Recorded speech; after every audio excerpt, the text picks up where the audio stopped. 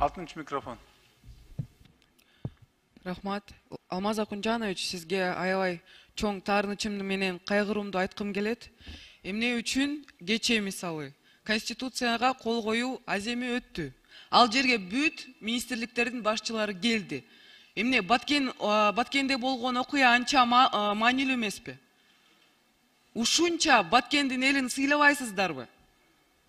Бир аз башыңызды ийип, келиш керек, талкуулаш керек, сүйлөш керек, жыйынтыгын чыгарыш керек. Жоопкерчиликти бирөө алыш керек да. Биз эмне ушул маселеден качып жүрө беребизби талкуулабай? Болбойт андай. Элди сыйлагыла. Ушунча жаманчылыкты көргөн, башынан өткөзгөн элди сыйлабагандын түбү ушу болуп атат. Конституцияга кол коюлганда бардыгы келишти. А бүгүнкү күндө өкмөт ушундай болуп атат, тиякта жүрөт, биякта жүрөт. Ким бар болсо, кайсы жетекчиликтен ким маалыматы бар болсо, бардыгы келишсин. Талкуулайлы, сүйлөшөлү. Болбойт мындай, элди сыйлаш керек.